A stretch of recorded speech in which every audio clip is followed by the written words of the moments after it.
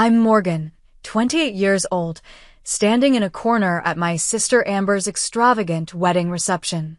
Despite my successful marketing career, I've always been the family disappointment. The champagne flute trembles in my hand as my mother Eleanor's voice cuts through the crowd. At least she wasn't a failure like you. Even your birth ruined my life. My brother Thomas laughs loudly alongside her. Something inside me finally breaks. I place my glass down carefully, turn around, and walk straight out the door. Before I continue my story, let me know where you're watching from. Like and subscribe if you've ever had to stand up for yourself when no one else would. Growing up in our upscale Boston suburb, appearances always mattered more than feelings. Our colonial-style house, with its manicured lawn, was the perfect backdrop for my mother Eleanor's carefully curated life. From the outside, we were the picture-perfect family, successful father, elegant mother, and 3 well-behaved children. But behind closed doors, the reality was starkly different. My mother was the ultimate perfectionist. Her standards weren't just high, they were impossibly, deliberately unattainable, at least for me. My sister Amber, 2 years younger, somehow always managed to meet them. She was the golden child from day one. Her ballet recitals were masterpieces, her school projects award-winning. Her friends perfectly selected from the right families. Even when she made mistakes, they were quickly forgiven or overlooked entirely. Amber has such natural grace, my mother would say, while in the same breath adding, "Morgan, must you slouch like that? Stand up straight for once." Then there was my brother Thomas, for years younger than me. He quickly learned that aligning himself with our mother was the path of least resistance. He became her loyal enforcer, echoing her criticisms and adding his own cutting remarks to curry favor. When I'd come home with an A, while Amber had an A, Thomas would be the first to say, "Almost good enough, but not quite." Typical Morgan. My father Robert existed on the periphery of our family dynamic. A corporate attorney who worked 60-hour weeks, he was physically absent for most of my childhood. When he was home, he retreated behind newspapers or locked himself in his study. The few times I approached him about my mother's treatment, his response was always the same. "Your mother just wants what's best for you. Try harder to make her happy." By the time I turned 15, he'd moved out entirely, finalizing the divorce a year later. The pattern of favoritism was established early. When I was 7, I won a spelling bee at school. Coming home with my certificate, I found my mother fawning over Amber's artwork, which had been selected for a school hallway display.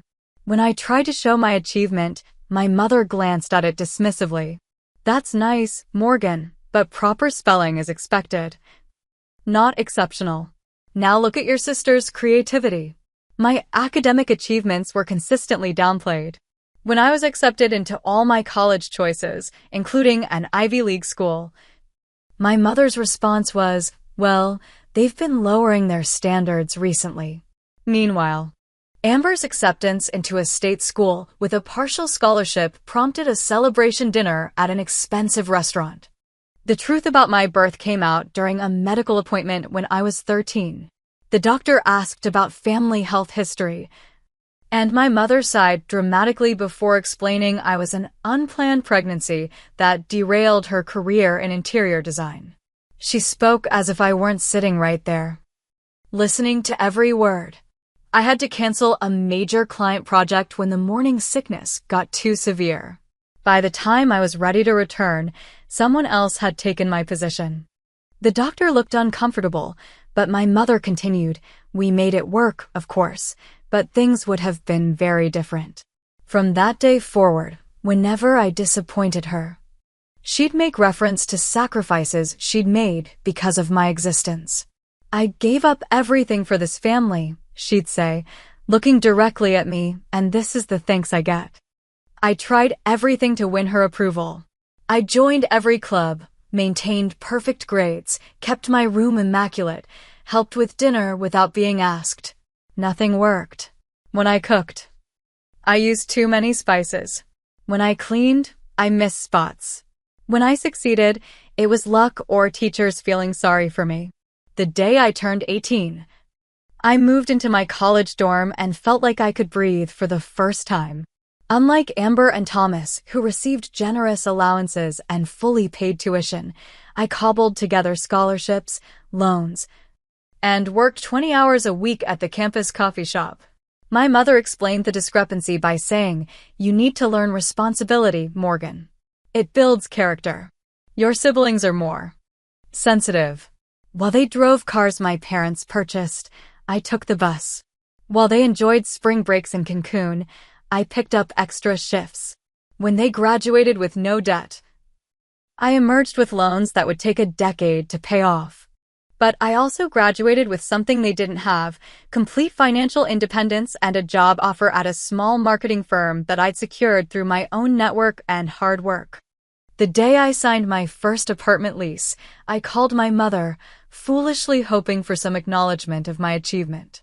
"It's in such an unsafe neighborhood," she said after looking up the address. "Couldn't you have tried harder to find something better? Amber's condo has a doorman and a pool. Amber's condo is partially paid for by you and Dad." I reminded her. "Well, we invest in things that have potential to appreciate in value," she replied without a moment's hesitation. That was the last time I shared any accomplishment with her directly. From then on, she learned about my promotions and successes through family gossip, and I learned to stop expecting the approval that would never come. The embossed wedding invitation arrived 6 months before the big day. Amber was marrying James Huntington, whose family owned a chain of luxury car dealerships across New England. The envelope contained not just the invitation, but a handwritten note from Amber asking me to be a bridesmaid. Despite our complicated relationship, a small part of me felt honored and hopeful. Maybe this could be a turning point for our family. That hope evaporated during our first shopping trip for bridesmaid dresses. My mother insisted on coming along, claiming Amber needed someone with taste to help make decisions. As I emerged from the dressing room in the third option, a floor-length emerald silk that actually complemented my figure, my mother made a show of scrutinizing me from every angle. "The color washes you out completely," she declared. "And it's quite snug around your hips, isn't it? Have you been keeping up with your gym membership?" The bridal consultant, sensing tension, suggested a different style, but my mother kept going. Amber was always the one with the model figure. Even after college, she maintained her discipline with diet and exercise.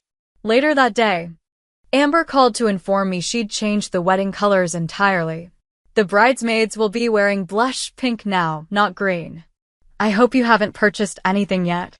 I had, of course. The emerald dress had been bought and paid for on my mother's insistence that we can't risk the good ones being sold out. When I mentioned this to Amber, she sighed dramatically. "Morgan, why would you buy something without double-checking with me? This is exactly why I was hesitant to ask you to be in the wedding party. You always make things more complicated." The months leading up to the wedding became increasingly stressful. 2 weeks after the dress incident, I received a significant promotion at work, becoming the youngest senior marketing strategist in my company's history.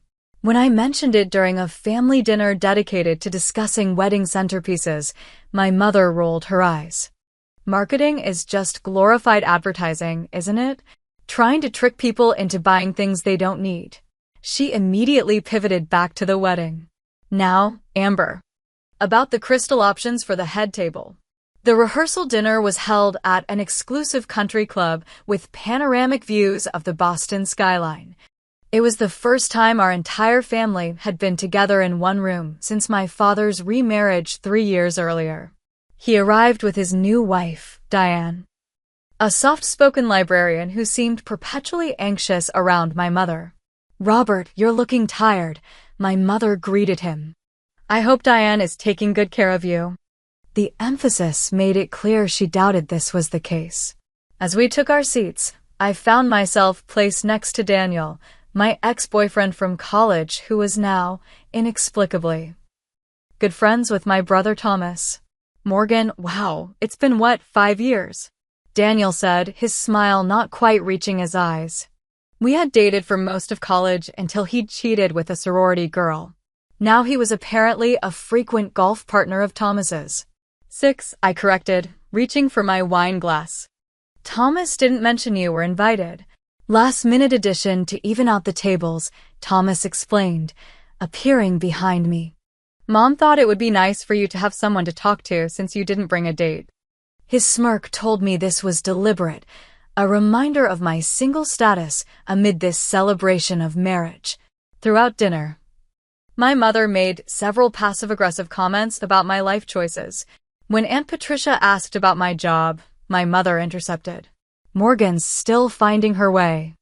Not everyone can be as decisive as Amber, who knew exactly what she wanted in her career and relationship. The fact that Amber had never actually held a job since graduating, instead focusing on planning her wedding to James, went unmentioned. During a brief moment alone at the bar, I overheard my mother talking to relatives in the corner. Amber has always been our joy. She just lights up a room, doesn't she? Morgan is more, well, she's very independent. Does everything her own way, even when advised otherwise. My best friend Rachel, who I'd known since college and who understood my family dynamic better than anyone, texted me throughout the evening with encouraging messages. Remember, your worth isn't determined by them. Her last text read, call me if you need an escape plan. The night before the wedding, after the rehearsal dinner, I found myself alone on the balcony of my hotel room, staring at the city lights. Despite everything, a small, stubborn part of me still hoped that the wedding might somehow bring healing. That my mother might, just once, look at me with the same pride she showed when looking at Amber. That Thomas might act like a brother instead of a competitor. That my father might finally stand up for me. Tomorrow will be different, I told myself, watching planes blink across the night sky. I'll support Amber on her big day. I'll be gracious and positive. I'll rise above it all.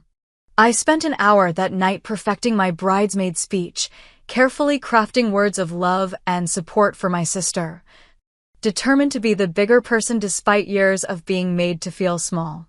The morning of Amber's wedding dawned clear and perfect, as if even the weather bent to my sister's will. I arrived early at the venue, a historic mansion with sprawling gardens, ready to help with final preparations. Despite being a bridesmaid, I quickly realized I was an afterthought in the carefully orchestrated day. Morgan, there you are, my mother said when I entered the bridal suite. The florist delivered the wrong shade of roses. Go sort it out, will you? Amber's having her makeup done and can't be disturbed. While the other bridesmaids, mostly Amber's sorority sisters, sipped champagne and took selfies, I spent an hour negotiating with the florist over barely perceptible differences in pink hues. By the time I returned, successful in my mission, the professional photographers had arrived and were capturing getting ready moments. We need the bride's family, the photographer announced, gesturing for my mother to join Amber. You too, I suppose, my mother added as an afterthought, reluctantly waving me into the frame. But as I moved forward, she subtly shifted her body, partially blocking me from the camera's view. In the resulting photos, I would later discover I was barely visible, just a sliver of blush pink silk at the edge of the perfect family portrait. Throughout the morning, I kept my promise to myself, maintaining a positive attitude despite being relegated to handling problems rather than participating in celebrations. I helped bustle Amber's elaborate gown, fetched water when she complained of thirst, and reapplied her lipstick after she kissed our tearful mother during a spontaneous moment that the photographer captured from 3 different angles. As the ceremony time approached, my anxiety about giving my speech intensified. I'd rehearsed it countless times, but public speaking had always terrified me, especially knowing my mother would be scrutinizing every word and gesture. I took a moment alone in a quiet hallway, breathing deeply and reviewing my note cards one last time. The ceremony itself was picture perfect. Amber glided down the aisle on our father's arm, looking every bit the princess bride in her designer gown. James teared up as she approached, and even I felt a lump in my throat watching my little sister on her big day. For a brief moment, family tensions faded into the background as we witnessed their exchange of vows against a backdrop of cascading flowers and twinkling lights. After the ceremony, cocktail hour passed in a blur of polite small talk with distant relatives and friends of my parents who remembered me as a child but knew nothing of my adult life. "You work in advertising. Is that right?" my father's college roommate asked. "Marketing strategy, actually," I corrected gently. "I recently became the senior strategist at my firm." "How nice," he replied vaguely before brightening as he spotted someone over my shoulder. "Is that Thomas?" "My goodness, I heard he just made partner at his law firm." "Excuse me, I must congratulate him." The reception began with a grand entrance, multi-course dinner, and then the moment I'd been dreading, the toasts. The best man went first with a predictably humorous speech about James's college antics, followed by my father, who spoke briefly but warmly about welcoming James to the family. Then it was my mother's turn. She stood gracefully, champagne flute in hand, commanding the room's attention without effort. "When Amber was born," she began, "I knew immediately she was special. She had a spark, a brightness that everyone could see." My mother's eyes glistened with tears. "Throughout her life, she has exceeded every expectation, bringing nothing but joy and pride to our family." I shifted uncomfortably in my seat, already sensing where this was headed. Amber always knew what she wanted and went after it with determination. Whether it was ballet lessons, the lead in the school play, or catching the eye of the wonderful man she married today, Amber has approached life with purpose and grace. The crowd nodded appreciatively. James squeezed Amber's hand. "Not everyone is born knowing their path," my mother continued, her gaze drifting meaningfully in my direction. "Some people struggle to find their way, make questionable decisions, need more guidance." A subtle tension crept into the room. Guests glanced at each other, uncertain where this was going. "But not our Amber," my mother said, raising her glass higher. "At least she wasn't a failure like you, Morgan," she added, the words seemingly slipping out before she could stop them. But instead of looking embarrassed by her faux pas, she doubled down. "Even your birth ruined my life. Amber was planned, wanted. My perfect child." A shocked silence fell over the reception. I sat frozen, blood rushing in my ears, unable to believe she had finally said aloud what had been implied my entire life. Then Thomas laughed, a sharp, cruel sound that broke the silence. "Come on, sis, you know it's true," he added, apparently thinking his input would somehow lighten the moment. "You've always been the family disappointment." Guests stared at their plates. The wedding coordinator whispered urgently to the DJ. Amber's new husband looked mortified. While Amber herself didn't defend me, she just looked embarrassed that her perfect wedding now had an uncomfortable moment. In that crystalline second, I saw with perfect clarity what had taken me 28 years to understand. Nothing would ever change. No achievement would ever be enough. No effort would ever be recognized, no matter what I did. In my mother's eyes, my very existence was a failure. I placed my napkin carefully on the table, stood up, and walked out without a word. No dramatic scene, no tearful confrontation. I simply left, feeling strangely calm as I handed my valet ticket to the attendant and waited for my car under the starlit sky. For the first time in my life, I wasn't running away from my family.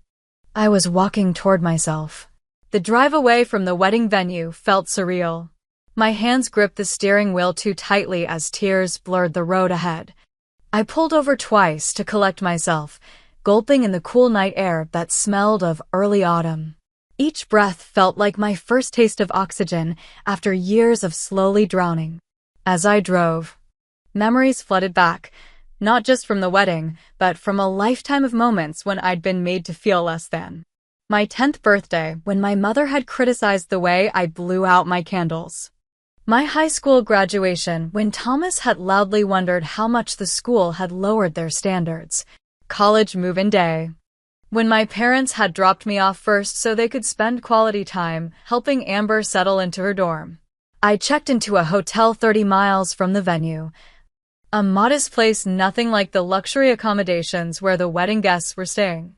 The desk clerk glanced curiously at my bridesmaid dress, but said nothing as she handed me the key card. In my room, I kicked off my painful heels and sat on the edge of the bed, staring at the generic landscape painting on the wall without really seeing it. My phone had been buzzing constantly since I left, but I'd ignored it. Now, I finally looked at the screen. The first message was from Rachel. "Are you okay? Call me. I can come get you anywhere. Anytime. You don't have to face them alone." Her words triggered the first genuine smile I'd experienced all day. Rachel had been my roommate sophomore year of college and had witnessed firsthand my family's treatment during Parents' Weekend. She'd been the first person to plainly state what I'd always suspected. "Your mother is emotionally abusive, Morgan. This isn't normal." The rest of the messages were less supportive. Thomas had sent 3 texts in quick succession. "Way to make a scene. Real mature. Mom's upset now. Hope you're proud of yourself. You ruined Amber's special day. As usual, you made everything about you." My father, surprisingly, had called twice but left no messages.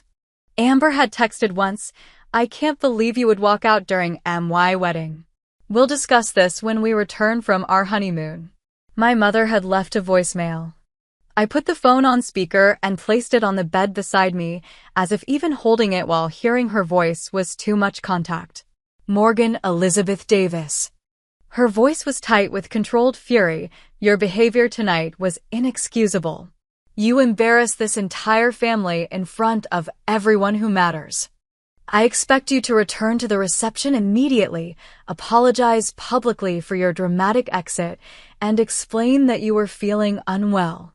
Call me back this instant."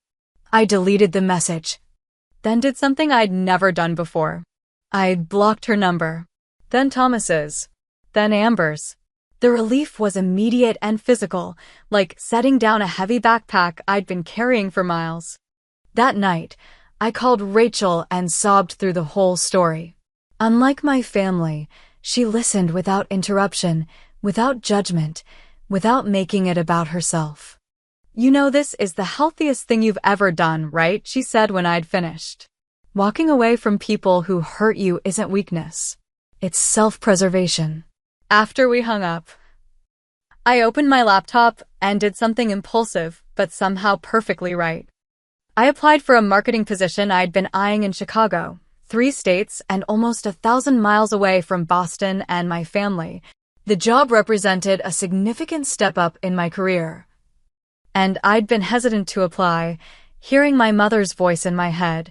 "You're not qualified. You're reaching too high. You'll embarrass yourself." Now, I completed the application with a confidence I hadn't felt in years. Then I wrote a brief, professional email to my current boss explaining a family emergency had arisen and I'd need to take my accumulated vacation days starting immediately. Around 3 in the morning, my phone rang again. It wasn't a blocked number, but it was a Boston area code. Warily, I answered. "Morgan." It was my father. "Are you safe? Just tell me that." "I'm safe," I replied, my voice sounding strange to my own ears. "I'm at a hotel." "Good. That's good." He paused. "What your mother said was wrong." I should have stepped in. "Yes, you should have," I agreed. Too exhausted for politeness. "Just like you should have stepped in the 1,000 other times before this." He was quiet for so long I thought he might have hung up.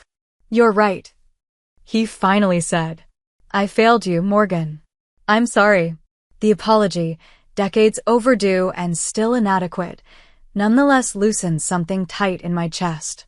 "I have to go," I said, unwilling to absolve him so easily. "I understand. Just take care of yourself." I'm finally going to, I told him, and ended the call. Early the next morning, I drove to my parents' house, knowing everyone would still be at post-wedding brunches and activities. Using my rarely used key, I quickly packed essential belongings, important documents, irreplaceable photos, favorite books, and enough clothes to get by until I could arrange for the rest.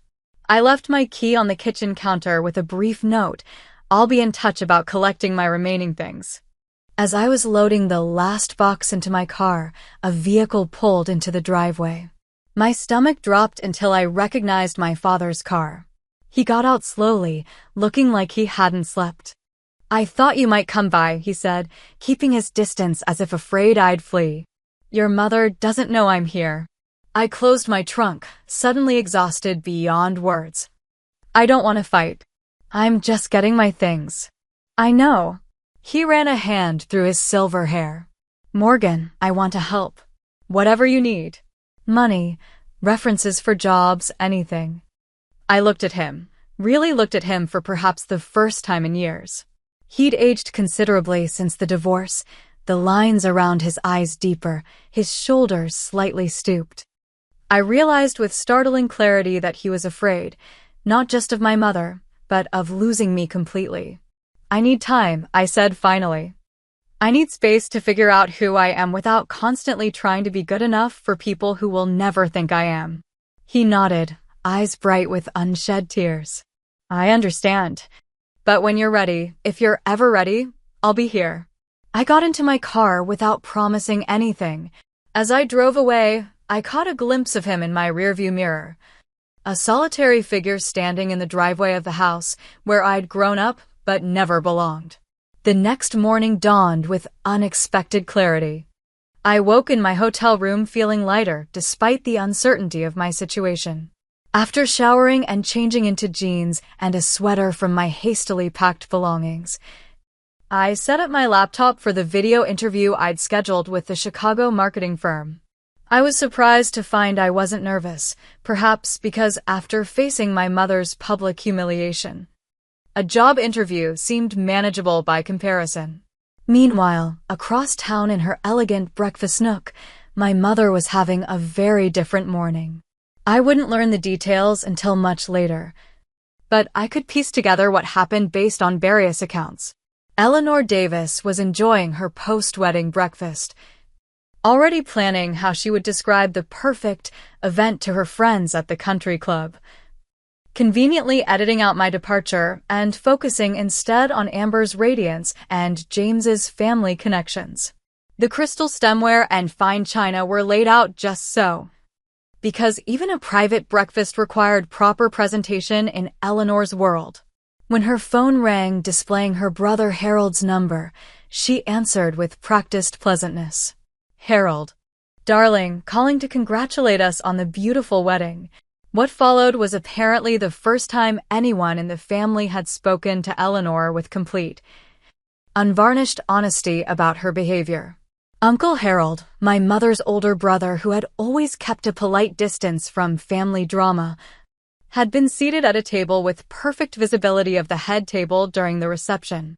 He had witnessed not only my mother's cruel words, but also the shocked reactions of everyone present.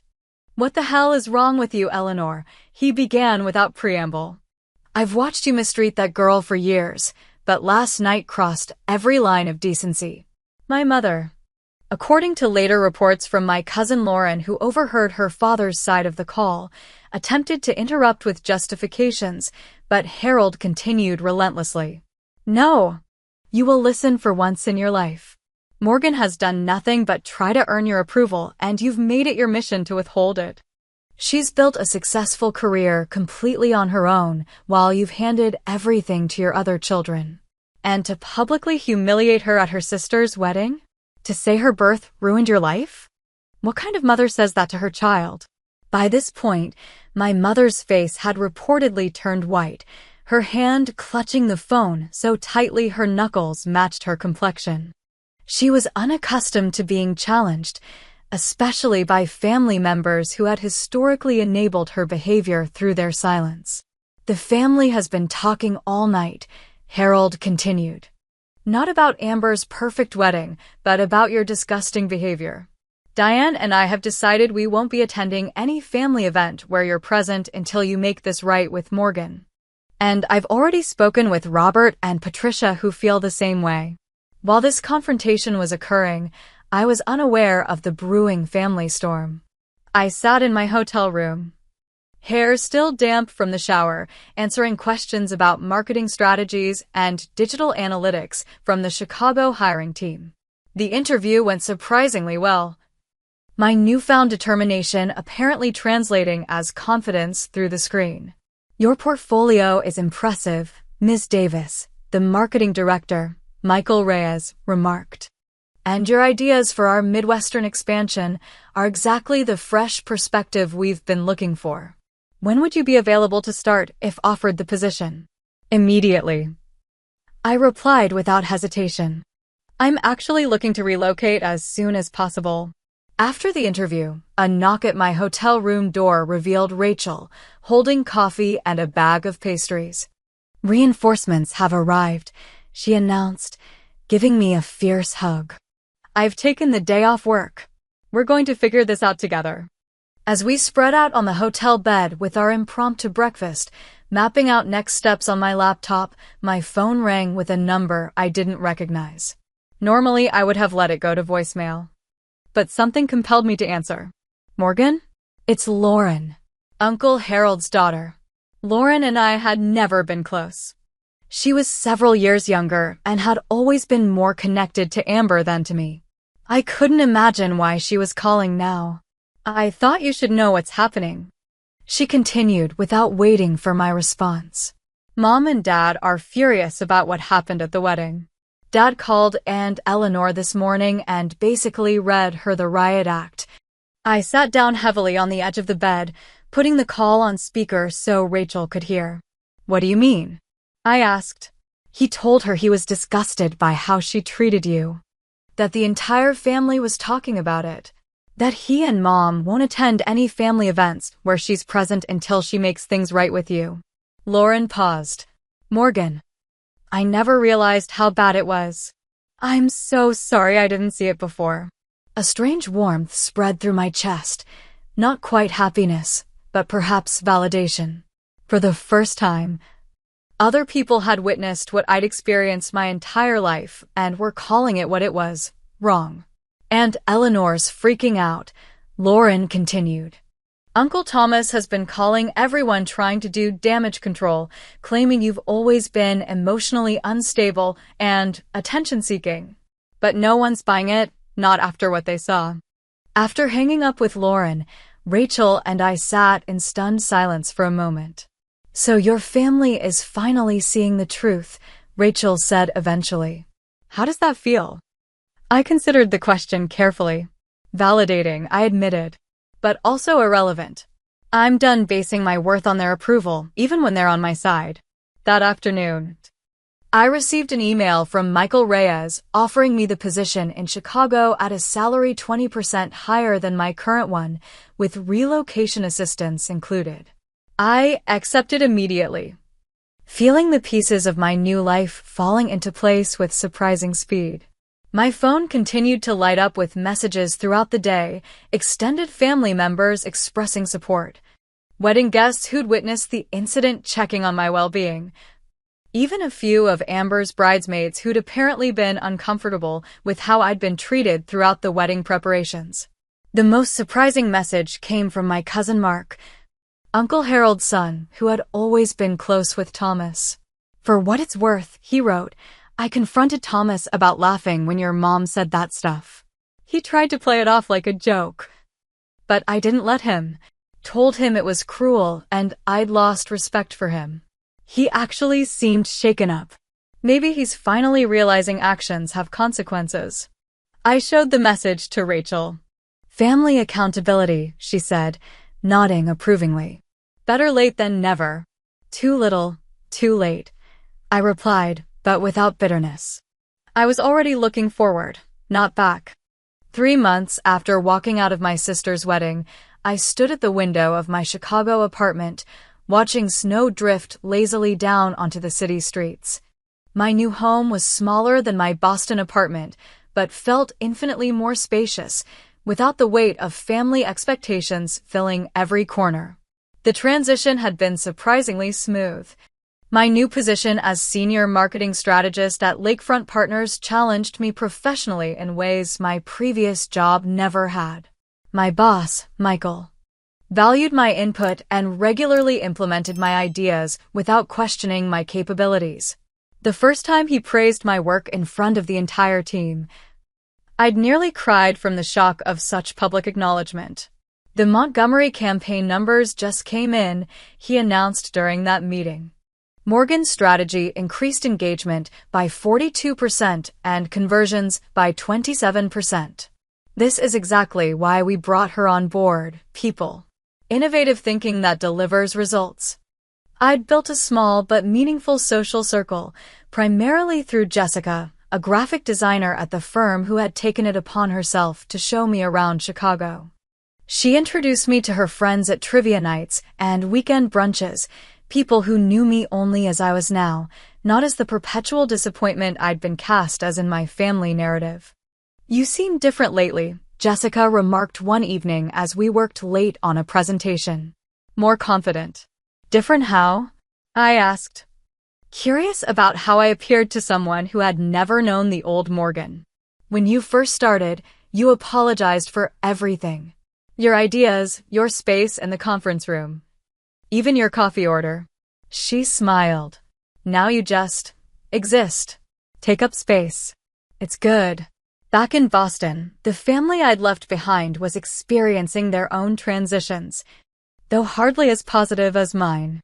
Through occasional texts with my father and updates from more distant relatives, I pieced together the aftermath of what was now referred to in hushed tones as the wedding incident.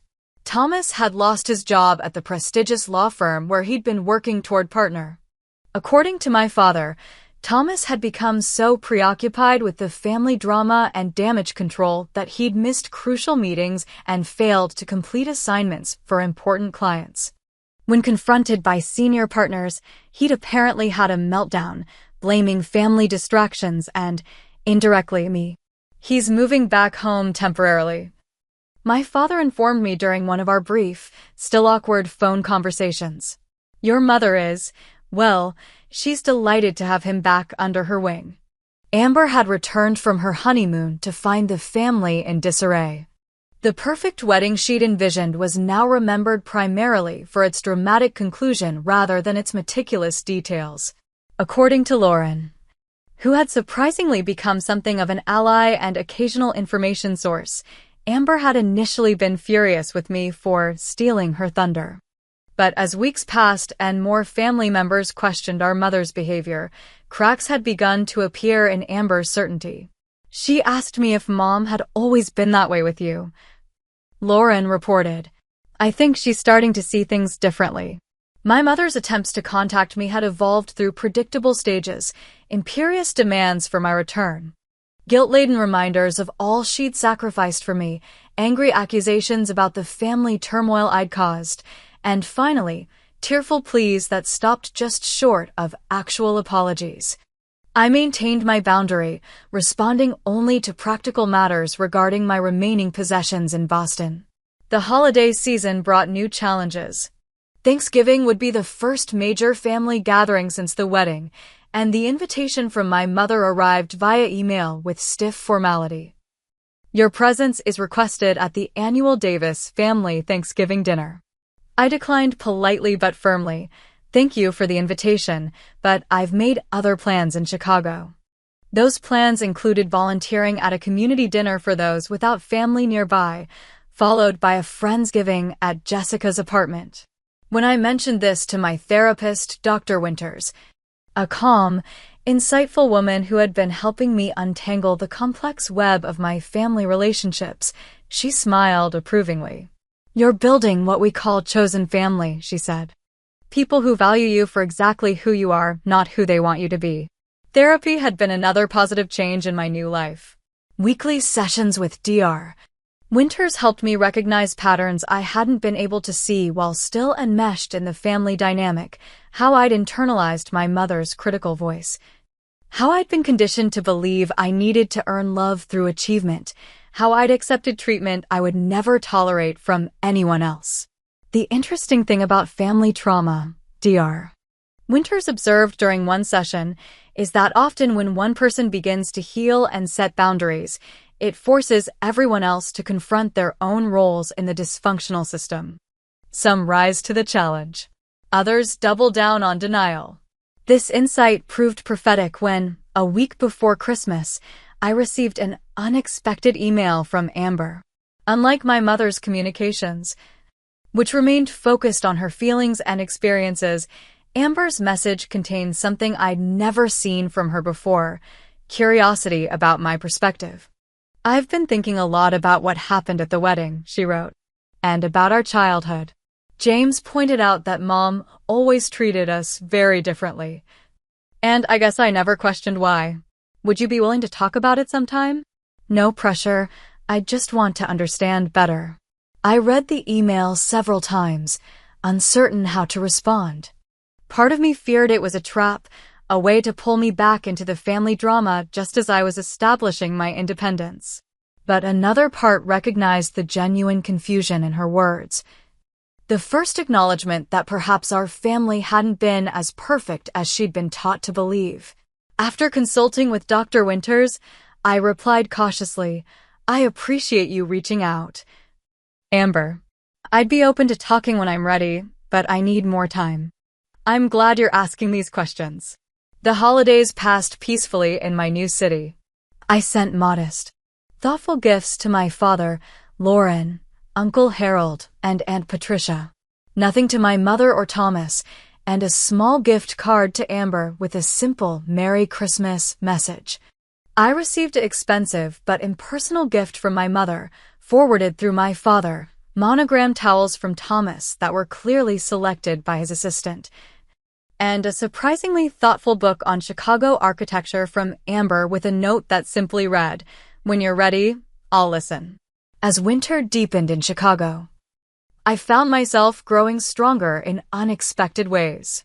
I joined a kickboxing class, discovering a physical outlet for years of suppressed anger. I volunteered at a literacy program, reading to children whose faces lit up when they saw me arrive. I dated casually, learning to recognize red flags in potential partners who resembled my family dynamics. One snowy evening in late January, Jessica convinced me to attend a photography exhibit opening at a small gallery. The artist is a friend of my brother's, she explained as we sipped complimentary wine and studied black and white portraits of everyday Chicagoans. He captures something real in people. The photographer, David, turned out to be as thoughtful as his work, asking questions and actually listening to the answers. When he asked about my family and I gave my standard vague response about complicated relationships, he didn't push for details. "Families are complex ecosystems," he said instead. "Sometimes the healthiest thing is to transplant yourself somewhere you can actually grow." I found myself smiling at the analogy. That's exactly what I did. By the time winter began melting into spring, I realized something profound had changed within me. The constant need for validation, the reflexive apologies, the assumption that I was somehow fundamentally flawed, these had begun to fade like old bruises finally healing. In their place grew something new and unfamiliar: self-trust. One year after I walked out of my sister's wedding, I stood in my Chicago apartment preparing for a visitor I never expected to host. Amber had texted 3 weeks earlier asking if she could come see me, alone, without telling our mother. After careful consideration and another session with Dr. Winters, I had agreed. The past year had transformed my life in ways both obvious and subtle. Professionally, I had exceeded even my own expectations, bringing in 2 major clients to lakefront partners and earning a substantial bonus. My apartment now felt truly mine, decorated with art I loved rather than pieces chosen to impress others. I had friends who knew the real me, not the version of myself I'd been conditioned to present. Most importantly, I had developed a relationship with myself based on acceptance rather than constant criticism. The doorbell rang promptly at 11, exactly when Amber had said she would arrive. Some things never changed.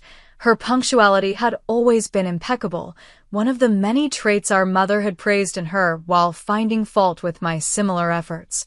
"Hi," she said when I opened the door, looking both familiar and strangely different. Her hair was shorter now, her designer outfit replaced by simple jeans and a sweater. The perfectly manicured nails I remembered from the wedding were now short and practical. "Thank you for seeing me." We sat in my living room with coffee, the initial awkwardness gradually giving way to cautious conversation. "Your place is lovely," she offered, glancing around. "It feels like you." "Thanks," I replied, unsure what she meant.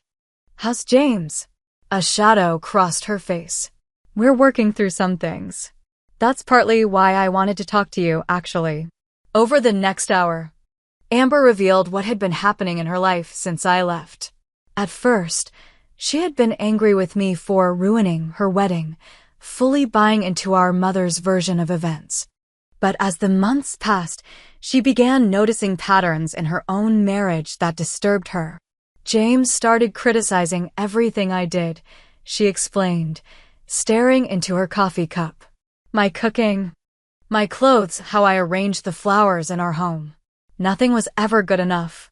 She looked up at me, realization in her eyes. "Just like Mom with you. The difference is you recognized it," I said gently. Amber nodded, tears welling. "I started therapy. James didn't want me to go, said it was unnecessary, but I insisted. And my therapist helped me see that what I thought was normal family dynamics wasn't. Morgan, I'm so sorry I never saw what was happening to you. I was so wrapped up in being the good daughter that I couldn't acknowledge how unfairly you were treated." Her apology, sincere and unprompted, loosened something tight in my chest. Not forgiveness, exactly. That would take time, but the possibility of it. "Mom's been controlling my entire life," Amber continued. "My friends, my education. Even James. Did you know she introduced us at that charity gala? She had his whole family background researched before she arranged for us to meet." I hadn't known, but I wasn't surprised. Eleanor Davis left nothing to chance, especially not her children's lives. "How is she?" I asked, not sure if I wanted to hear the answer. "Not good," Amber admitted. "Uncle Harold's stance has caused a major rift in the family. A lot of people have taken sides, and many aren't speaking to her. She's lost her position on 2 charity boards. Apparently some members were at the wedding and heard everything. And Thomas, still living at home. Still blaming everyone else for his problems." Amber sighed. "He and Mom enable each other's worst qualities. It's exhausting to be around them." We talked for hours, piecing together our separate experiences of the same childhood, filling in gaps in each other's understanding.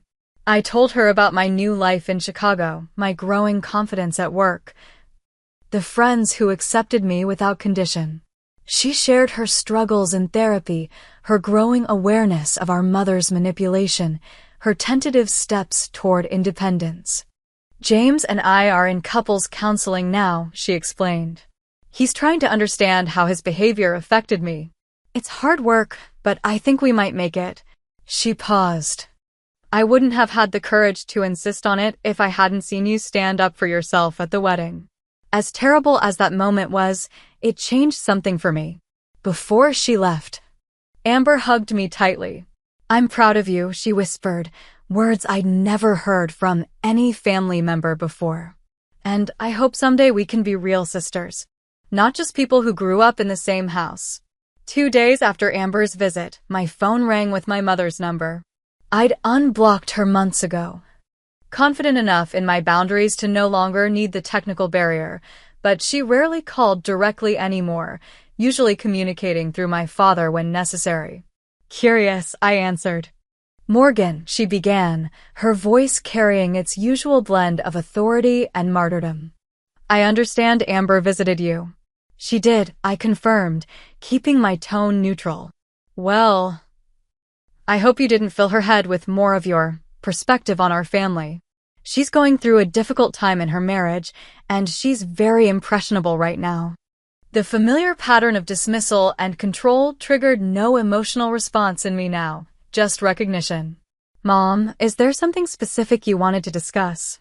She paused, clearly thrown by my calm response. I thought perhaps it's time we put this unfortunate situation behind us. The family has been divided long enough. Your brother misses you, despite everything. And I'm willing to overlook what happened at the wedding. Overlook, I repeated. Not apologize for what you said? Not acknowledge the pain you caused?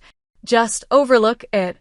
Like it was a minor social faux pas and not a public declaration that my birth ruined your life. Morgan, you're being dramatic again. This is exactly what. No, I interrupted. Something I would never have done before. I'm not being dramatic. I'm stating facts. You said cruel, untrue things to me my entire life, culminating in that moment at the wedding. If you want a relationship with me now, it starts with acknowledging that reality. The silence stretched between us, filled with the weight of decades of unspoken truths. I did the best I could as a mother, she finally said, her voice smaller than I'd ever heard it. Maybe you did, I conceded. But your best hurt me deeply, consistently, for years. And until you can truly see that and take responsibility for it, we don't have anything more to discuss. I ended the call feeling oddly peaceful. For the first time, I had spoken my truth to my mother without anger, without desperate need for her approval, without fear of consequences. It was perhaps the most honest conversation we'd ever had. A week later, I received an email from Thomas. Unlike my mother, his message contained the first glimmer of self-awareness I'd ever seen from him. I've been doing some thinking, he wrote. When you left the wedding, I was angry because you disrupted the family narrative I depended on, that Mom was always right, that her criticism was justified, that you deserved it somehow. If that wasn't true, then what did it say about how I've behaved all these years? It's easier to keep believing you're the problem than to face my own complicity. I'm not ready to apologize yet, but I'm starting to ask questions I should have asked long ago. It wasn't an apology, but it was perhaps the beginning of one. I replied simply, "Thank you for sharing that, Thomas." Questioning is where healing begins. That spring, Rachel visited Chicago to celebrate what she called my freedom anniversary. We spent a weekend exploring the city, taking an architecture boat tour, eating deep dish pizza, and talking late into the night like we had in college. If someone had told you a year ago that your life would look like this, she asked as we watched the sunset from Navy Pier, would you have believed them? I considered the question, thinking about all I had lost and gained in 12 tumultuous months. No, I admitted. I couldn't have imagined this level of peace. I spent so many years trying to earn love from people incapable of giving it freely. I never realized I could just walk away and build something better. You know what I'm most proud of? Rachel said, linking her arm through mine. You didn't become bitter. You had every right to. But instead, you became more compassionate, more authentic. Her observation struck me as profoundly true. The experience that could have hardened me had instead softened the edges of my defenses, allowing me to connect more genuinely with others and myself. When Thanksgiving approached again, I received another formal invitation from my mother. This time, I didn't even consider attending. Instead, I hosted my own gathering in my Chicago apartment. Jessica and her boyfriend, David the photographer who had become something more than a friend, 2 colleagues from work, and Rachel who flew in specially for the occasion. As we sat around my table, sharing food and laughter, I realized I had created exactly what I'd always longed for, a circle of people who chose me, who saw me clearly and valued what they saw. The family I was born into had failed to provide the unconditional acceptance I needed, so I had built it for myself, person by person, connection by connection. The journey from that devastating moment at my sister's wedding to this peaceful Chicago evening had been neither straight nor easy. There had been days of doubt, nights of grief, Moments of rage at all the years I'd lost trying to earn approval that was never coming. But through it all, I had discovered an essential truth. Sometimes walking away is not an act of defeat, but of profound self-respect. I had learned that forgiveness doesn't always mean reconciliation. That boundaries aren't selfish but necessary.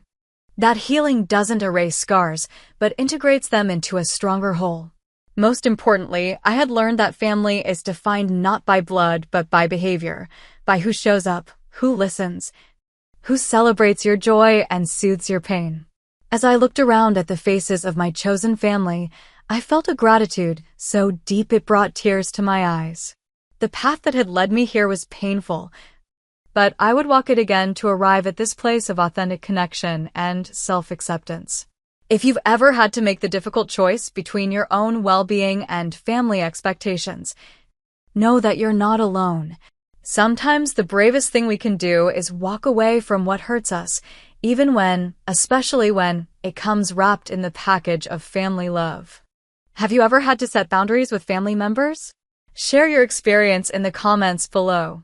And if this story resonated with you, please like, subscribe, and share with someone who might need to hear that it's okay to choose yourself.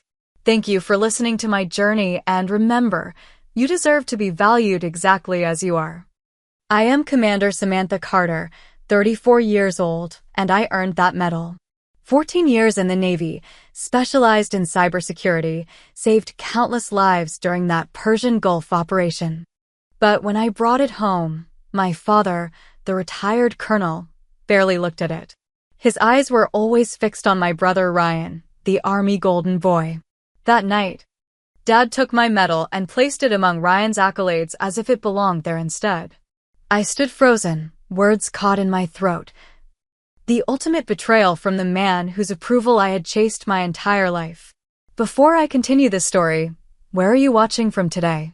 Drop your location in the comments. Hit that like and subscribe button and prepare yourself for a journey about family, validation, and finding your own worth in a world that tries to diminish it. Growing up as Colonel William Carter's daughter meant two things. We never stayed in one place long enough to call it home, and military excellence wasn't requested, it was expected. Our family moved 13 times before I turned 18, bouncing between military bases across the country and overseas. Mom would make each new house feel familiar with the same family photos arranged just so, but Dad's rigid standards were our true constant. My earliest memories involve watching Dad inspect Ryan's posture at the dinner table, teaching him to shine his shoes until they reflected like mirrors, and drilling him on military history. I would sit across from them, absorbing everything, hoping to catch Dad's attention by memorizing battle strategies and weapons specifications. But Colonel William Carter had very specific ideas about how his children should serve the country. Military men need military wives who understand sacrifice. He would say while looking directly at me, "Your responsibility will be supporting the brave men who serve, just like your mother." Mom would smile tightly at these moments. Patricia Carter had given up her promising career as a nurse to follow her husband around the world, raising 2 children largely on her own during his deployments. I saw the brief flashes of regret in her eyes when she thought no one was watching. Ryan was 5 years older and followed Dad's blueprint perfectly. Star quarterback in high school, West Point with honors, then straight into Army Special Forces. Each achievement earned proud claps on the back from Dad and new frame certificates for the Wall of Honor in our living room. When I announced my intention to apply to the Naval Academy during my junior year of high school, Dad laughed. "The Navy? Women don't belong on ships, Sam. Besides, Carter men have been Army for 3 generations. I'm not a Carter man," I responded quietly. That dinner ended with Dad's napkin thrown onto his plate and his chair scraping harshly against the floor as he left the table. Mom helped me with my application in secret. When the acceptance letter came, Dad barely acknowledged it. "At least it's not the Air Force," he muttered. Annapolis was where I discovered my calling. While Ryan was following Dad's footsteps into combat roles, I excelled in the emerging field of cybersecurity. The digital battlefield fascinated me, a place where intelligence and strategic thinking mattered more than physical strength, where I could protect American lives without firing a single bullet. I graduated fourth in my class, but Dad missed the ceremony due to a scheduling conflict. Later, I learned he had been golfing with Ryan, who was home on leave. My early years as an officer were challenging. Despite outperforming many of my male counterparts, I was often overlooked for choice assignments. Lieutenant Diana Mackenzie, my first commanding officer, took me aside after I was passed over for a tactical team lead position. "You have to be twice as good to get half the credit, Carter," she said. "It's not fair. But it's reality. So be 3 times as good." I took her advice to heart. I worked longer hours, volunteered for difficult assignments, and pursued additional certifications and training. When most of my colleagues were unwinding at the Officers Club, I was studying advanced encryption methods and attending cybersecurity conferences on my own dime. My breakthrough came 5 years into my service during a joint operation with the NSA. Our team was tasked with identifying potential digital vulnerabilities in a new weapons system. While others focused on obvious entry points, I discovered a subtle backdoor that could have allowed enemy forces to completely disable the system remotely. Admiral Thomas Lawrence personally commended me for my thoroughness. "You just saved countless lives, Lieutenant Carter," he said. "Most of them don't even know it yet, but you did." That recognition led to faster promotions and more specialized assignments. I developed a reputation for finding what others missed, for thinking like our adversaries to anticipate their next moves. By 30, I had reached the rank of lieutenant commander and was leading my own division within naval intelligence. Through it all, my father remained unimpressed. During holiday gatherings, he would interrogate Ryan about his missions, at least the declassified parts, while asking me perfunctory questions about computer stuff. My mother would squeeze my hand under the table, her silent support the only acknowledgement of my achievements. During one particularly difficult Christmas dinner, Dad spent 20 minutes describing Ryan's recent promotion ceremony to extended family while completely omitting any mention of my own promotion that had occurred just a month earlier. Later, when I helped Mom with the dishes, she whispered, "He doesn't understand what you do, Samantha. It doesn't fit his idea of military service. But I'm proud of you." Her words helped, but they couldn't fill the hollow space where my father's approval should have been. Despite my growing success, part of me was still that little girl desperately trying to catch Colonel Carter's attention. By the time I reached my early 30s, I had established myself as one of the Navy's leading experts in cybersecurity countermeasures. I had published papers, developed new protocols, and trained hundreds of personnel. My reputation within military intelligence circles was solid, but none of that prepared me for what happened in the Persian Gulf, the mission that would change everything. The call came at 0200 on a Tuesday. I had been asleep for barely 3 hours after a 36-hour shift analyzing potential threats to our Pacific Fleet communications systems. "Commander Carter, we need you in the SCF immediately." Lieutenant Grace Bradley's voice was tight with urgency. 30 minutes later, I stood before a wall of screens displaying what appeared to be routine network traffic analyses from our naval bases in the Persian Gulf. Admiral James Wilson, commander of the 6th Fleet, addressed the hastily assembled team via secure video link. "We have reason to believe our systems in the Gulf have been compromised," he said without preamble. "Initial indicators suggest a sophisticated intrusion, possibly state-sponsored. We need to identify the extent of the breach and neutralize it without alerting the perpetrators." My team consisted of 7 specialists. Lieutenant Bradley, my second-in-command with expertise in network architecture, Petty Officer First Class Marcus Rivera, a former hacker recruited by the Navy for his unorthodox approach to security, Ensign Allison Mitchell, fresh from advanced training, but with a brilliant analytical mind.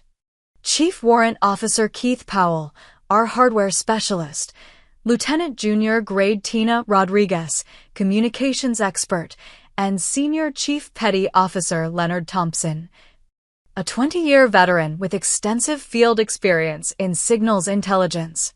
Time is critical, Admiral Wilson continued. We have intelligence suggesting a potential naval operation against our carrier group in 72 hours. If our systems are compromised, our people are sitting ducks. The weight of 12,000 sailors' lives settled onto my shoulders as I was given operational command of the cyber response. We'll need complete access to all systems, sir, I said. And permission to implement countermeasures without the standard approval chain. In this time frame, bureaucracy could cost lives. The Admiral's face revealed his discomfort, but he nodded. Granted, Commander. This is your show.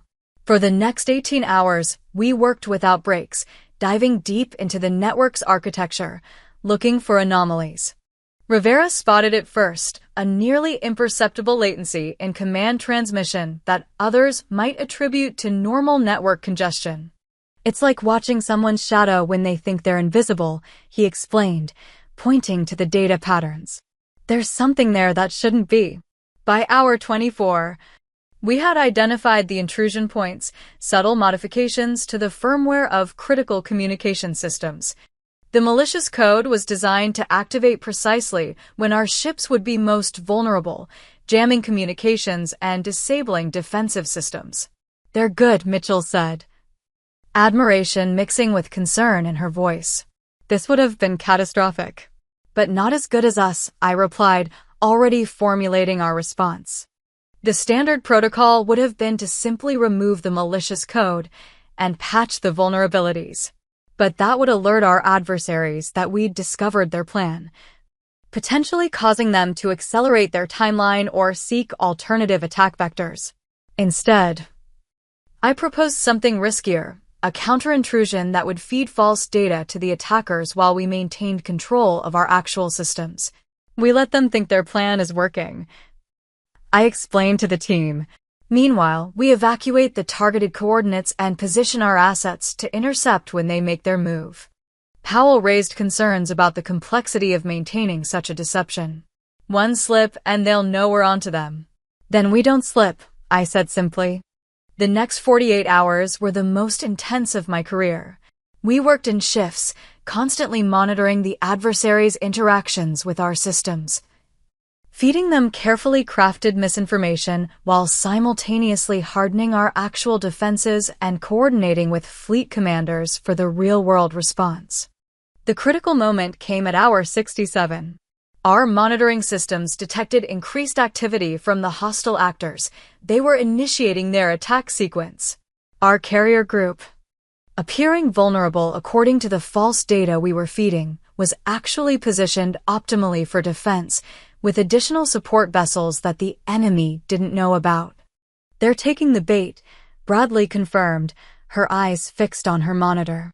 The next 5 hours were a delicate dance of digital deception. We simulated communication disruptions and system failures while maintaining perfect situational awareness. When the actual attack came, a coordinated effort involving both cyber measures and physical assets, our forces were prepared. What could have been a devastating blow to our naval presence in the region instead resulted in the neutralization of the threat with 0 casualties on our side. The hostile vessels, realizing they had lost the element of surprise against a fully prepared defense, retreated rather than engaging in a battle they couldn't win. Admiral Wilson's face on the video screen showed rare emotion when I delivered our final report. Commander Carter, I don't think I'm overstating this when I say you and your team just prevented what could have been the most significant naval disaster since Pearl Harbor. The official debriefing took another 12 hours. By the time I finally returned to my quarters, I had been awake for nearly 3 days straight. As I collapsed onto my bed, still in my uniform, I received one final message from Admiral Wilson's office. Commander Carter is to report to Naval Support Facility Arlington upon return to CONUS for recognition of exceptional service. I was too exhausted to process what that meant. All I knew was that we had succeeded, our sailors were safe, and for once, I had led something that even my father might consider worthy of respect. 2 weeks after the Persian Gulf operation, I stood in my dress whites before a gathering of naval officers and officials at Naval Support Facility Arlington. The room was smaller than I had expected for such an occasion, about 50 chairs arranged in neat rows, a podium at the front, and the American flag standing proudly beside the Navy flag. Admiral Wilson had flown in specifically for the ceremony. He stood tall at the podium, his chest adorned with rows of ribbons representing decades of distinguished service. The nature of modern warfare has changed, he began. Today's heroes often work in secured rooms with keyboards rather than on battlefields with rifles. Their victories aren't marked by territory gained, but by threats neutralized before they materialize. Commander Samantha Carter exemplifies this new breed of warrior. As he described the Persian Gulf operation in broad, security-cleared terms, I found myself scanning the audience. My team sat in the front row: Bradley, Rivera, Mitchell, Powell, Rodriguez, and Thompson, each looking uncomfortable in their formal uniforms but beaming with pride. They deserved this recognition as much as I did. For exceptional service to the United States Navy and to her country, for leadership that directly saved thousands of lives, and for tactical innovation in the cyber domain. It is my honor to present Commander Samantha Carter with the Legion of Merit. The Legion of Merit. I had never expected such a high honor. As Admiral Wilson pinned the medal to my uniform, a gold-rimmed red, white, and blue cross hanging from a ribbon, I felt a swell of emotion that threatened my military composure. "Thank you, sir," I managed, my voice steadier than I felt. "No, Commander," he replied quietly. "Thank you." After the ceremony, there was a small reception. My colleagues surrounded me, offering congratulations and sharing inside jokes about our 72 hours of controlled chaos. Captain Daniel Lawrence, my direct superior, shook my hand firmly. "Well deserved, Carter. This will look good in your promotion packet.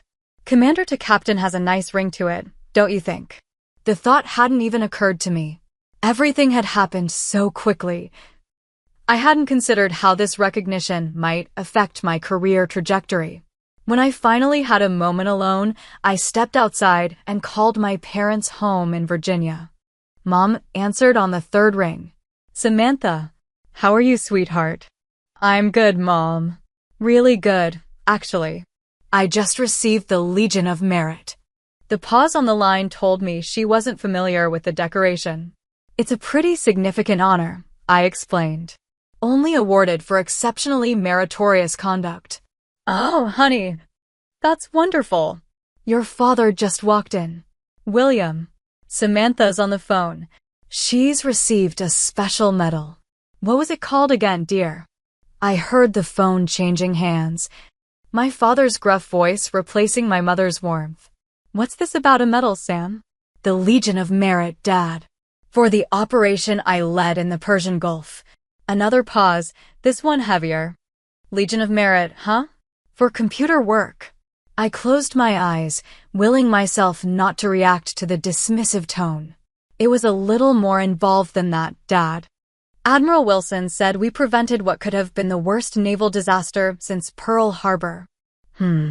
Well, congratulations. Ryan just got back from his deployment, too. He's being considered for the Silver Star for pulling 3 men from a burning vehicle under enemy fire. Of course, Ryan's achievements always took precedence. "That's great, Dad. I'm happy for him. When are you coming home?" "Your mother wants to do a family dinner." Ryan will be here for 2 weeks before his next assignment. I hadn't planned on going home immediately, but suddenly I needed to see my father's face when I showed him the medal. Maybe this would finally be enough. "I can fly in this weekend," I said. "I have some leave accumulated." Good. Good. Your mother will be pleased. We'll see you then." After hanging up, I stood staring at the phone for several minutes. The glow of the ceremony had dimmed, replaced by the familiar anxiety that accompanied every interaction with my father. I had just received one of the highest honors of my career, yet I felt like a child again, desperately seeking approval. 3 days later, I boarded a flight to Virginia, my uniform carefully packed with the Legion of Merit securely in its presentation case. As the plane took off, I rehearsed what I would say to my father, imagining his face when he finally understood the significance of what I had accomplished. The fantasy sustained me through the flight, the car rental process, and the drive to my parents' suburban home in Alexandria. It was only when I pulled into the driveway, seeing my father's meticulously maintained garden and my brother's truck already parked there, that reality began to seep in. This was the moment of truth. After 34 years of trying to earn my father's respect, I finally had tangible proof of my value to the military he revered. Surely now he would see me. Mom opened the door before I could knock, enveloping me in a hug that smelled of her familiar perfume and the pot roast cooking in the kitchen. "My girl is home," she said, squeezing me tight. "And with a fancy medal, too." I hugged her back, the knot in my stomach loosening slightly. Whatever happened with Dad, I always had Mom's unwavering support. "Where's Dad?" I asked as she led me inside. "In the den with Ryan. They're looking at maps from his deployment. You know how they get." I didn't know. The exclusive club of Carter men and their war stories. A room I had never been invited to enter fully despite my own service. The house looked exactly as it had during my last visit 6 months ago, immaculate furniture arranged at perfect angles, family photos chronicling our lives, and the infamous Wall of Honor dominating the living room. My eyes were drawn immediately to it, dozens of framed certificates, medals, and photographs documenting 3 generations of Carter military service. My single-framed Naval Academy diploma looked out of place among the Army achievements. I placed my duffel bag at the foot of the stairs and straightened my civilian clothes, dark jeans and a blue blouse that Mom had once said brought out my eyes. The presentation case containing my medal felt heavier than its actual weight in my hand. "Look who's here," Mom announced as we entered the den. Dad and Ryan looked up from the large map spread across the desk. Dad, at 65, still maintained the rigid posture and commanding presence of his Army days. His hair had gone completely silver, but his blue eyes, the same color as mine, remained sharp and evaluating. Ryan, at 39, was essentially a younger version of our father, though the years of deployments had added lines around his eyes that aged him. "Sam." Ryan broke into a genuine smile, crossing the room to give me a bear hug. Despite our father's favoritism, Ryan and I had managed to maintain a decent relationship. He wasn't responsible for Dad's attitudes. "Good to see you, kiddo," he said, though I was hardly a kid at 34. Dad remained seated, offering a nod. "Samantha, good drive in." "No complaints," I answered, fighting the immediate shrinking feeling his presence always evoked. "Sam got some big medal," Mom interjected, pride evident in her voice. "What was it called again, honey?" "The Legion of Merit," I said, my voice stronger than I expected. Ryan whistled. "That's impressive, Sam. What for?" Before I could answer, Mom was ushering us toward the dining room. "Plenty of time to talk about medals over dinner. The roast will dry out if we wait any longer." Dinner began with Ryan dominating the conversation, recounting sanitized versions of his recent deployment in the Middle East. Dad leaned forward, absorbing every word, asking detailed questions about terrain, tactical decisions, and the men under Ryan's command. "The visibility was near zero in that sandstorm," Ryan explained, gesturing with his fork. "Anderson was hit and down, Peterson was pinned behind what was left of the Humvee, and Williams had a broken leg. I couldn't just leave them there." "So you went back in?" Dad nodded approvingly. "That's what leaders do." "The extraction team said they'd never seen anyone drag 3 grown men through 100 yards of open terrain under fire," Ryan finished. "I just did what needed doing." "That's my boy," Dad said, clapping Ryan on the shoulder. "Carter men run toward danger, not away from it." The familiar phrase twisted something inside me. How many times had I heard that growing up? Carter men, never Carter children. Never Carter soldiers. Always Carter men. Mom. Sensing the tension, or perhaps just wanting to give me some space in the conversation, turned to me. Tell us about your medal, Samantha.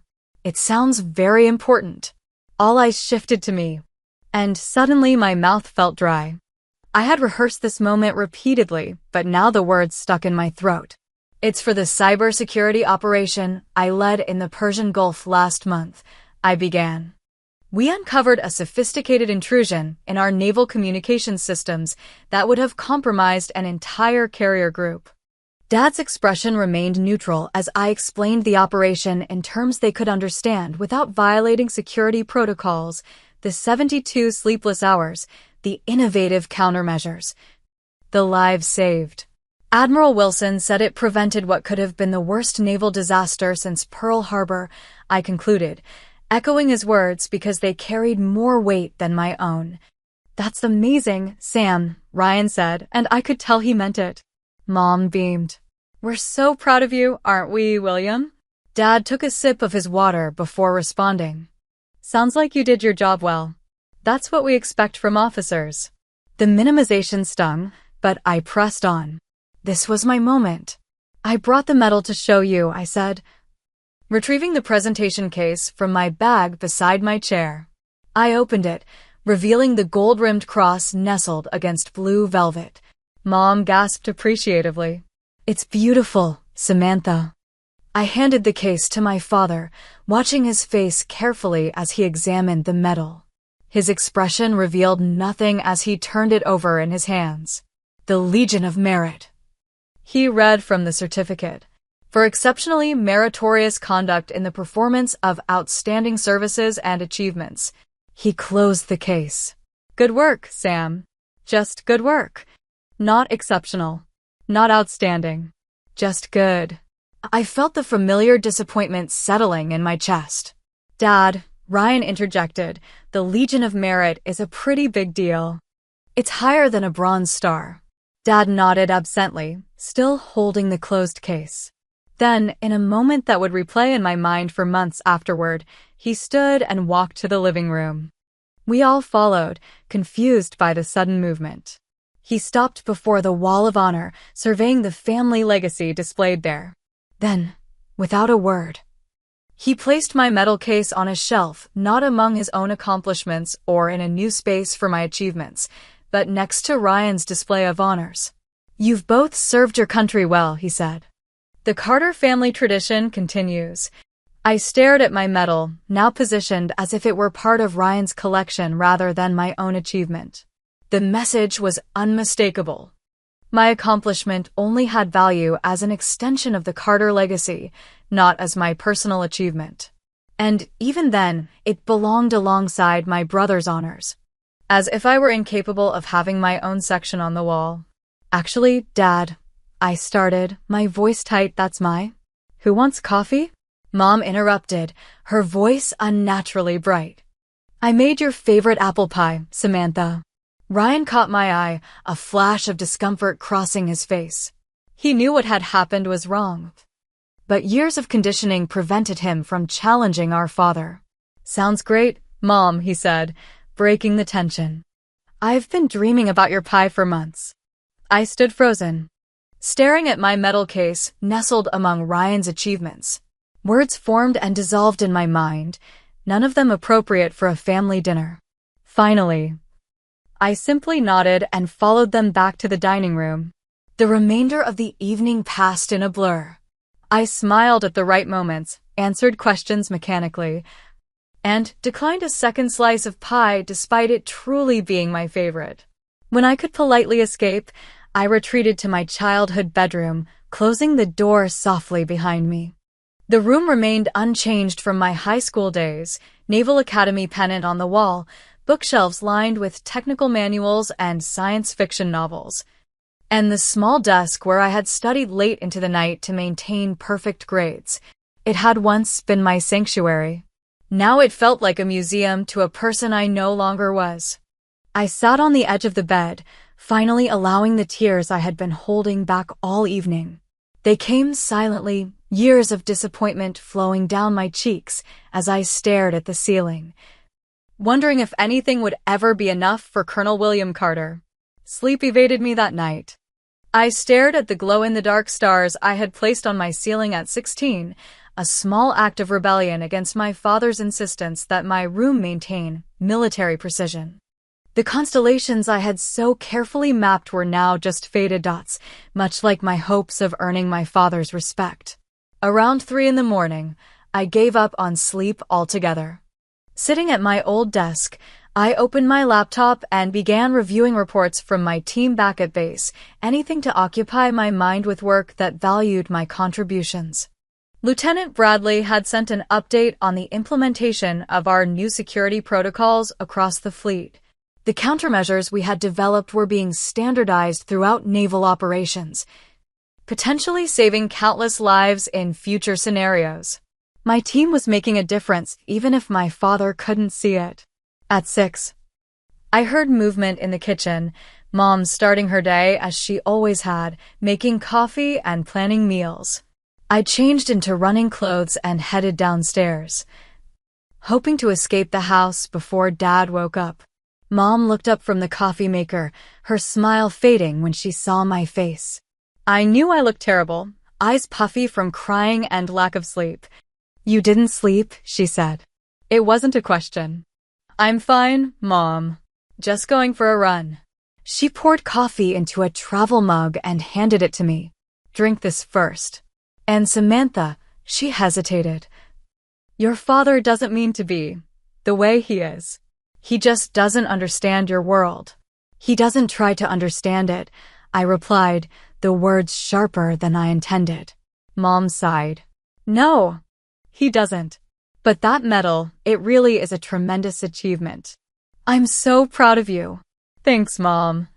I accepted the coffee and her hug, wishing her approval could fill the hole where my father should have been. I ran 5 miles that morning, pushing myself harder than necessary, as if I could somehow outrun the disappointment that had followed me home. When I returned, Ryan was in the kitchen with Mom, helping with breakfast preparations. "Morning, Sam," he said cautiously. "You okay?" "I'm fine," I lied, pouring another cup of coffee. "Listen," he lowered his voice. "What Dad did with your medal last night, that wasn't right. I can talk to him." The offer was sincere, but it only highlighted the absurdity of the situation. My older brother still needed to intercede for me with our father, as if I were a child instead of a decorated naval officer. "Don't bother," I said. "I'm leaving after breakfast anyway." Got called back to base. Another lie, but I couldn't bear another day in this house. Breakfast was mercifully brief. Dad read his newspaper, commenting occasionally on world events with the authority of someone who believed his military experience gave him unique insight into all international relations. I picked at my eggs, responding with non-committal sounds when directly addressed.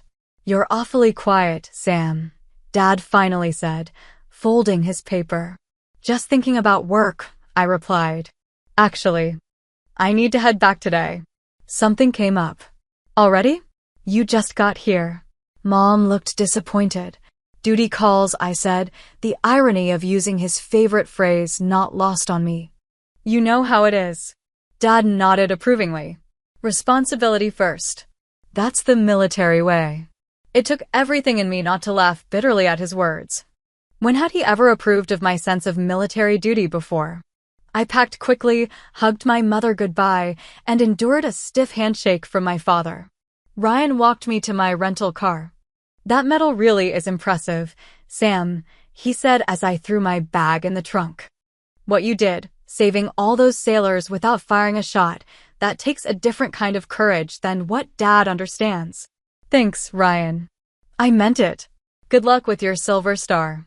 Keep in touch, okay? And don't let Dad get to you. He's from a different era." I nodded, not trusting myself to speak further.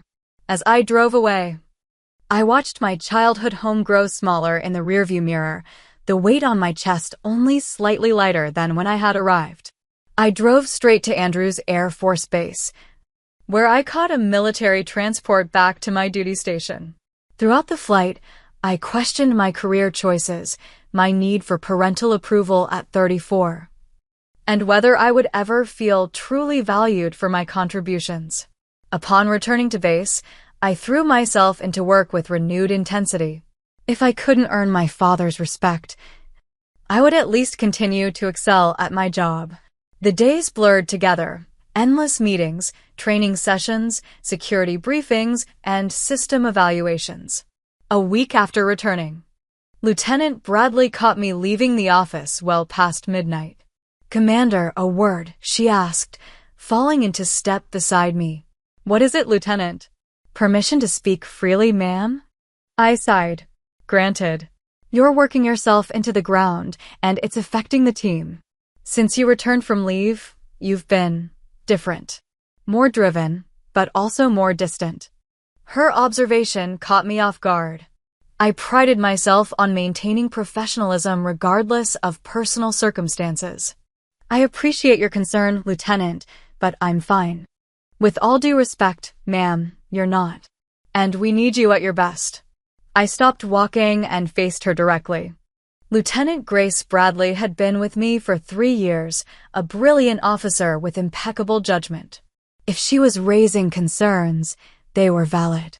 "It's personal, Grace. Family stuff." She nodded. "I figured as much. After everything you accomplished here, that medal, the protocols now being implemented fleet-wide, if you came back looking like you've been defeated, it had to be something outside of work." Her insight was uncomfortably accurate. "My father was less than impressed with the Legion of Merit," I admitted. "He basically gave it to my brother." Bradley's expression shifted from concern to disbelief. "He what?" "Put it on the shelf with my brother's medals. As if it weren't mine to begin with. That's—" She searched for an appropriate word. "Completely unacceptable, ma'am." The simple validation in her statement broke something loose inside me. For the first time since that dinner, I felt seen. "Yeah," I agreed softly. "It is. Commander, I don't mean to overstep, but what we did together, saved thousands of lives. That medal represents real achievement, regardless of who understands its value." Before I could respond, my secure phone buzzed. At this hour, it couldn't be routine. "Commander Carter," I answered. "Commander. This is Captain Lawrence's office. You're needed in Washington immediately. A transport has been arranged for 0600 tomorrow. May I ask what this is regarding, sir?" "The Pentagon, Commander." That's all I can say over this line. "You'll be briefed upon arrival." The call ended, leaving me staring at Bradley in confusion. "The Pentagon?" she asked, having overheard the conversation. "Apparently. No details. Maybe they're finally implementing those advanced protocols you proposed last year," she suggested. "Maybe," I agreed, though something in the captain's tone suggested this was more significant than a technical consultation. The next morning, I boarded a military transport to Washington, my mind cycling through possible scenarios. Had there been another breach? Was I being called to testify before a congressional committee? Or was this related to my upcoming promotion review? None of my speculations prepared me for what awaited at the Pentagon. The Pentagon never fails to impress, no matter how many times you've walked its corridors. The sheer scale of the building, the sense of purpose that permeates every interaction, the weight of national security decisions made within its walls, it creates an atmosphere unlike anywhere else in government. I was escorted from the visitor's entrance by a young Navy lieutenant who maintained a respectful silence about the purpose of my summons. He led me through security checkpoints and down corridors until we reached a set of double doors guarded by 2 Marines in dress blues. "Commander Carter reporting as ordered," I told them, still completely in the dark about what awaited me. One of the Marines opened the door, and the lieutenant gestured for me to enter. "They're expecting you, ma'am." I stepped through the doorway and froze.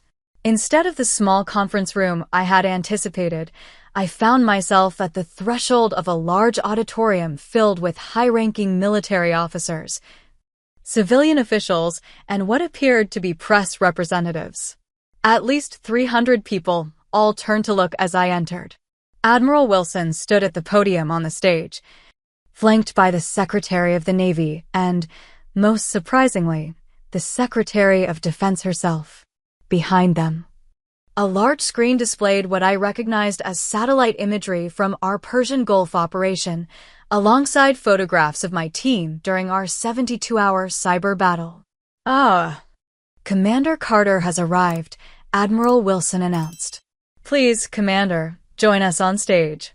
In a daze, I made my way down the center aisle, acutely aware of every eye following my progress. As I approached the stage, I noticed the front row was occupied by familiar faces, my entire team, all in their dress uniforms, grinning at my obvious confusion. Lieutenant Bradley gave me a subtle thumbs up as I passed. This had clearly been planned for some time, and my team had kept it completely secret.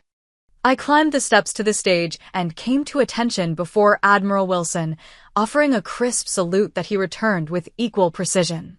Commander Carter, he said, his voice now amplified by the microphone. Thank you for joining us on such short notice. My pleasure, sir, I responded automatically, though pleasure was far from what I was feeling. Confusion, anxiety, and a growing suspicion that I had severely underestimated the significance of our operation dominated my thoughts. The Secretary of Defense stepped forward, a woman whose distinguished career I had followed since my academy days. Sharon Marshall had broken numerous glass ceilings throughout her military and political career, and her presence at this event, whatever it was, suggested an importance far beyond what I had imagined. Ladies and gentlemen, she began. The nature of warfare has fundamentally changed in the 21st century. While we continue to honor the courage of those who face physical danger on traditional battlefields, we must also recognize that some of the most consequential battles are now fought in the digital domain, where the warriors never fire a shot yet protect countless lives. She gestured toward the screen behind her, where the satellite imagery was now replaced by complex network diagrams familiar from our operation.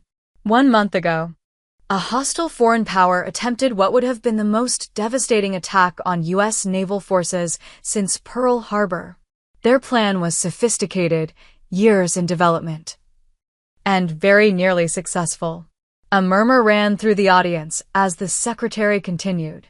What they didn't account for was Commander Samantha Carter and her team of cyber warfare specialists, who not only discovered the intrusion, but developed an unprecedented countermeasure strategy that has now become the gold standard for our defensive protocols throughout all branches of service.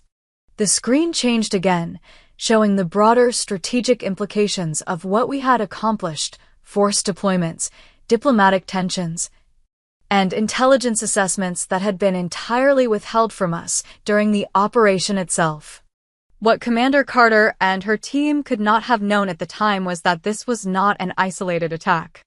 It was the first move in what intelligence indicates was a coordinated plan to destabilize U.S. military presence throughout 3 critical regions. By neutralizing this initial cyber attack so effectively, and more importantly, without alerting the perpetrators that we had detected their broader strategy, Commander Carter's team provided our intelligence community the time needed to uncover and disrupt the entire operation. I felt lightheaded as the full implications became clear. Our 72-hour battle had consequences far beyond what we had been told. Admiral Wilson stepped forward again. Commander Carter was previously awarded the Legion of Merit for her role in this operation.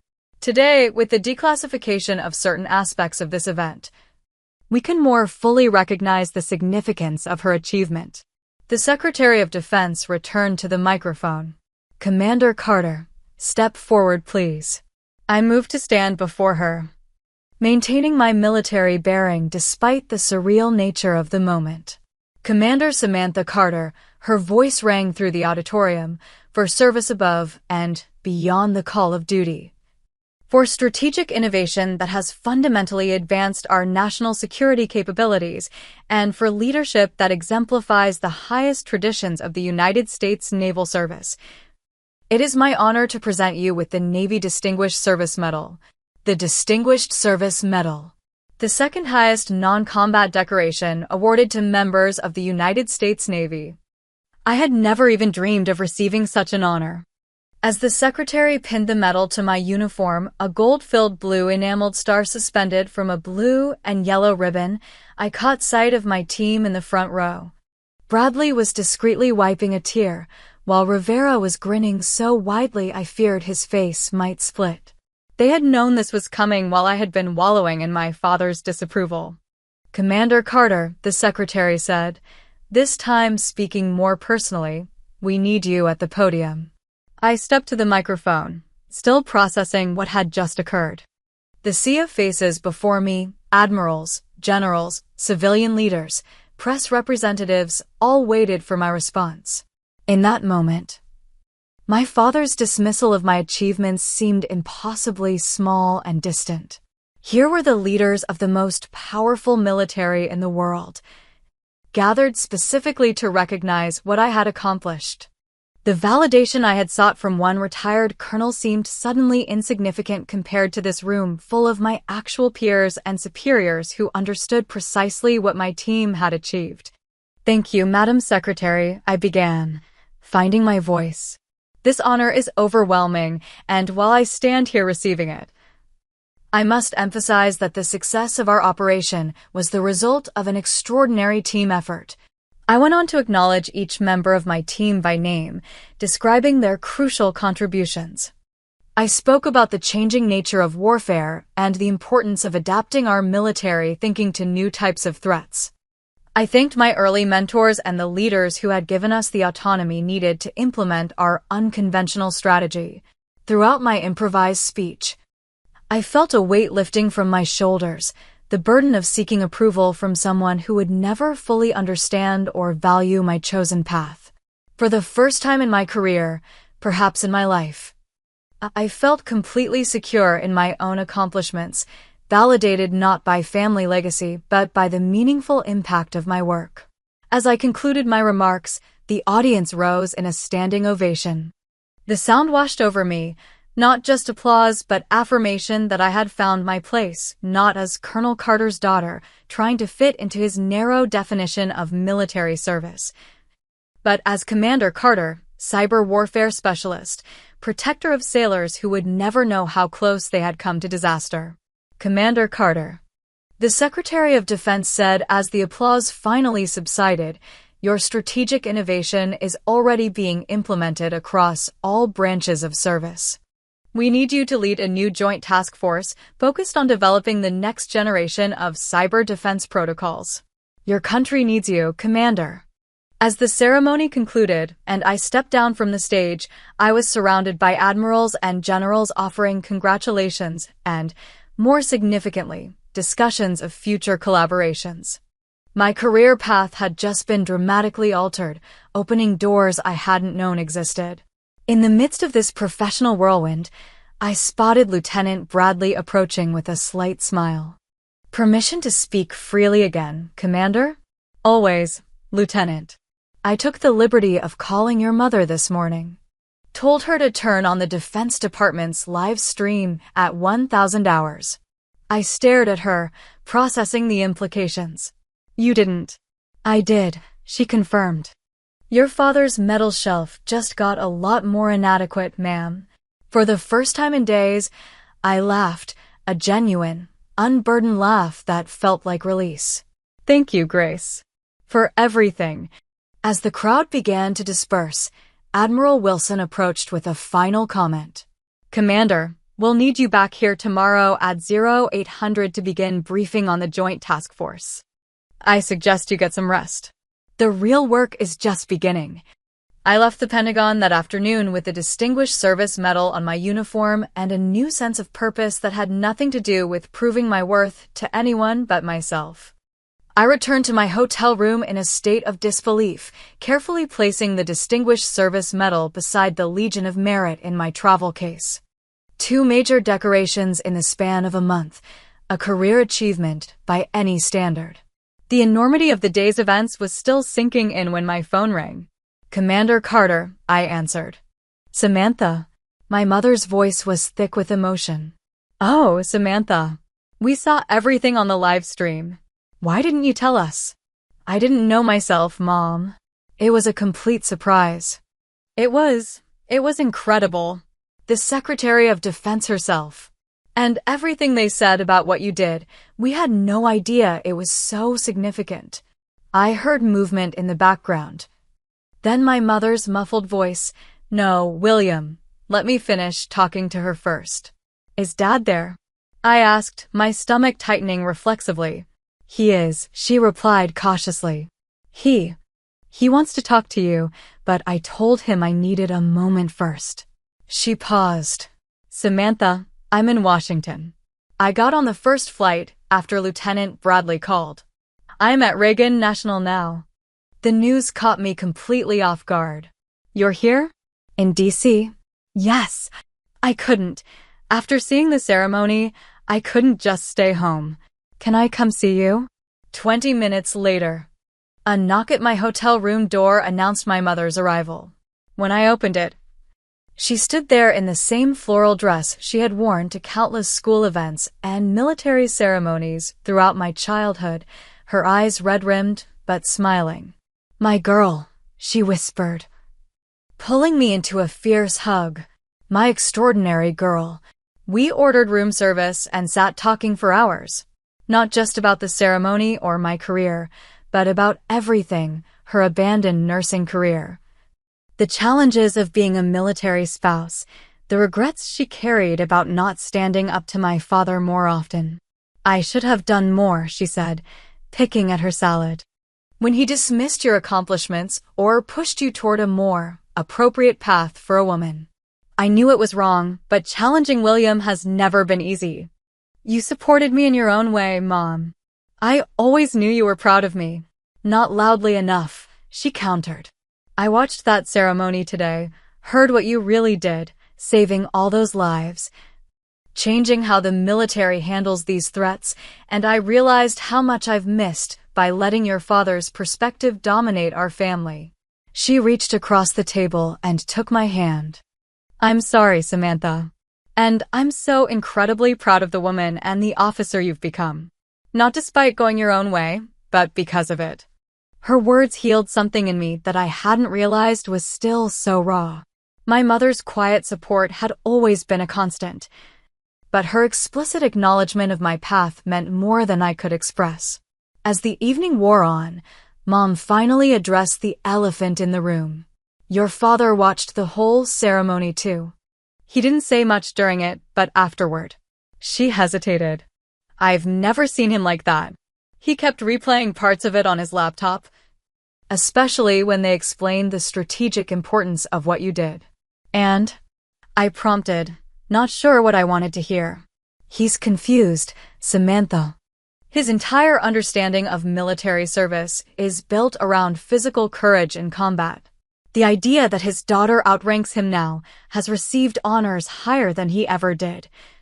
For a type of warfare he doesn't comprehend, it's shaken him. I nodded, understanding better than she knew. My father's identity was so thoroughly entwined with his specific concept of military service that acknowledging the validity of my different path would require him to reconsider fundamental aspects of his worldview. He wants to see you, Mom continued. He's still in Virginia, but he asked if you would come home again before returning to your duty station. The request surprised me. Colonel William Carter rarely asked for anything, especially not a second chance at a conversation. I'll be here for several days for briefings and planning sessions, I explained. But I could drive down this weekend. Mom nodded, relief evident in her expression. That would mean a lot to him. To both of us. After she left to check into her own hotel room, I stood at the window overlooking the Washington Monument illuminated against the night sky. The city below represented the heart of the government I had sworn to protect. The strategic center I had helped secure through my unconventional battlefield. My phone buzzed with a text from Lieutenant Bradley. Congratulations again, Commander. Team's celebrating your promotion at O'Malley's. Join us if you can. I smiled, realizing I had found my true military family in the teams that understood and valued my contributions. Whatever happened with my father this weekend, I now knew my worth wasn't dependent on his recognition. The weekend arrived quickly, filled with intensive briefings about the new joint task force I would be leading. By Saturday afternoon, I was driving south on I-95 toward Alexandria, my dress uniform hanging in the back seat for an event at the Pentagon the following Monday.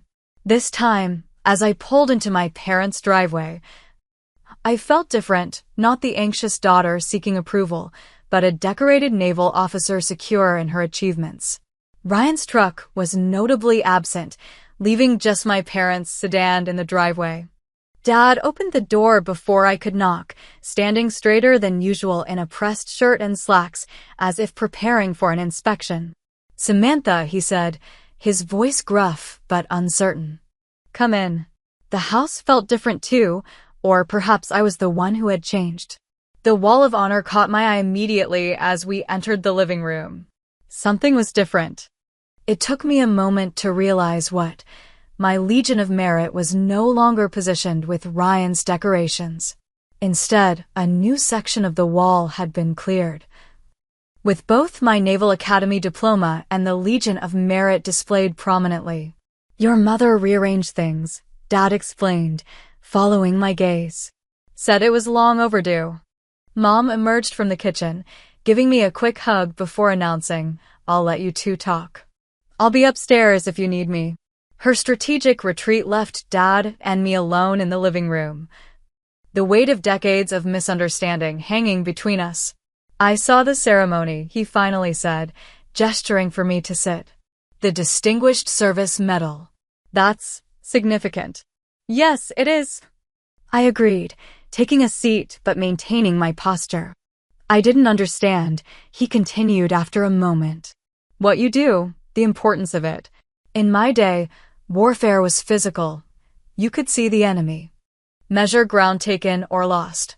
He ran a hand through his silver hair, a rare gesture of discomfort from the usually composed colonel.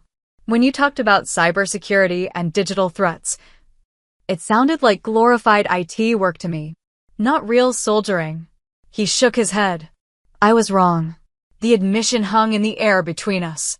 Colonel William Carter rarely admitted error about anything, let alone something so fundamental to his worldview. The Secretary of Defense called what you prevented the potential equivalent of Pearl Harbor. Said you changed how the military approaches these threats. He looked at me directly. "I didn't give you the respect you deserved, and I'm sorry for that." The apology was unexpected and imperfect, delivered with the same military directness he applied to everything, but it was sincere. "Thank you, Dad," I said simply. "Your brother called yesterday," he continued, "after seeing the ceremony online. He was quite direct with me about how I've treated you." That surprised me. Ryan had always been supportive but rarely confrontational with our father. He said I'd been blind to how warfare has evolved, that commanders like you are fighting battles just as critical as anything he does in the field, maybe more so. Dad's expression softened slightly. He also said the Silver Star nomination was rejected, but he didn't mind because, and I quote, "Sam's out there earning enough medals for both of us." I couldn't help but smile at that. It sounded exactly like something Ryan would say. Dad stood and walked to a drawer in the side table. When he turned back, he was holding my Legion of Merit in its presentation case. "This belongs to you, not on my wall." Ryan brought it back before he deployed again. "Said I had no right to claim your achievements as part of my legacy." He held the case out to me. He was right. I took the medal, our fingers brushing briefly in the exchange. "Thank you. I may never fully understand the details of what you do, Samantha," he admitted. "But I understand its importance now. And I'm proud of the officer you've become, even if it's not the path I would have chosen for you." It wasn't a complete transformation. Decades of rigid thinking couldn't change overnight, but it was an honest acknowledgement of my value as a military officer in my own right. For now, that was enough. The remainder of the weekend passed with less tension than any family gathering in memory.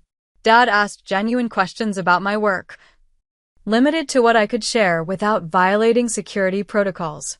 Mom beamed throughout, occasionally squeezing my hand under the table like she had so many times before, but now without the need to compensate for Dad's dismissal. By Sunday evening, as I prepared to return to Washington for Monday's meetings, something had shifted permanently in our family dynamic.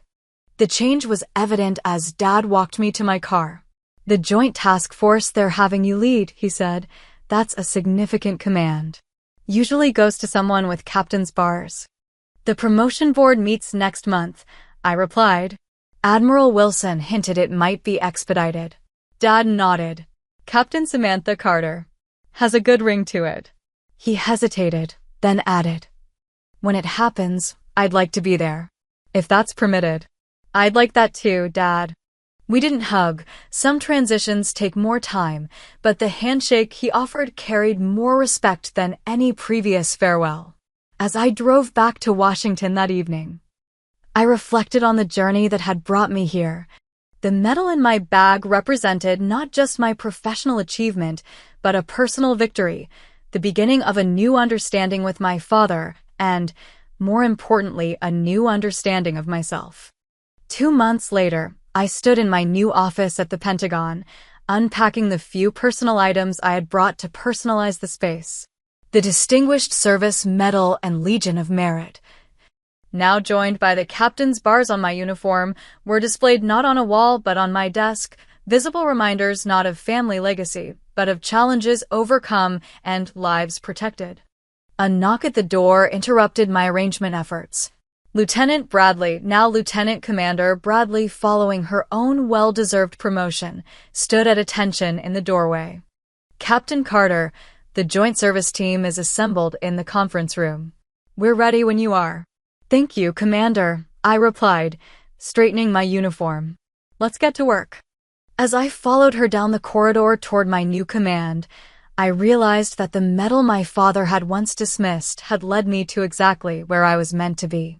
Not as Colonel Carter's daughter, but as Captain Samantha Carter, cyber warfare specialist, task force commander, and officer charting her own course in a changing military landscape. The validation I had sought for so long had always been there in the lives saved, the missions accomplished, and the respect of those who understood the importance of the battles fought in the digital domain. My father's recognition, while healing, was simply the final piece falling into place in a life defined by service on my own terms. Have you ever had to forge your own path despite family expectations? I'd love to hear about your experiences in the comments below. How did you find validation when those closest to you didn't understand your choices? Please share your stories. Like this video if it resonated with you, subscribe for more real-life journeys, and remember that true worth comes from within, not from others' approval. Thank you for joining me today. And may you find the courage to stand firm in your own accomplishments, whatever form they take.